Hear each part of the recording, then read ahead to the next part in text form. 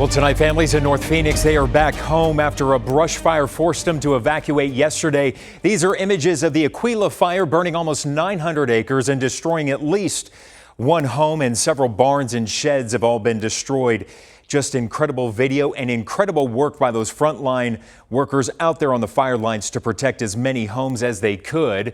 Kim Powell had a chance to speak to one woman who lost years worth of memories. Fire crews used multiple resources to tackle the fast-moving theAquila fire on Tuesday.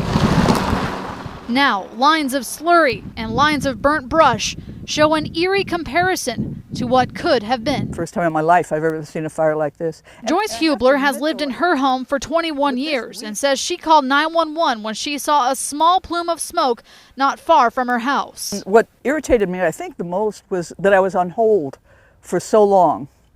And then there was a bunch of choppy noises on the thing, and then I would be put on hold again.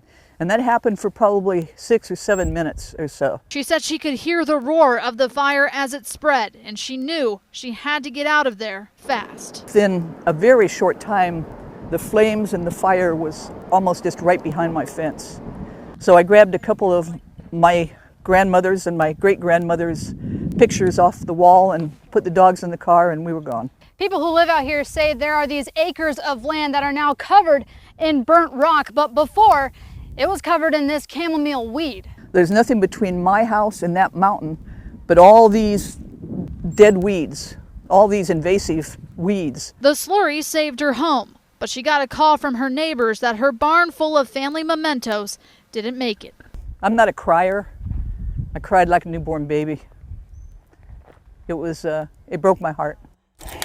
Her grandmother's china, cracked and covered in ash. A toy train that's been in her family since the 1950s, buried. Everything she held onto for decades, gone. Because I'm retired from the police department, I had, my old helmet that we used to have to wear in the olden days and things like that. And all my police memories from Phoenix Police, they're all gone. They were over there. She knows she's lucky to still have her home, but the barn wasn't just a place to store tools.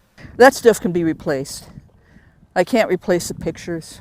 I can't replace my brother's train. I can't replace my grandma's china that's broken up. Kim Powell for Arizona's Family.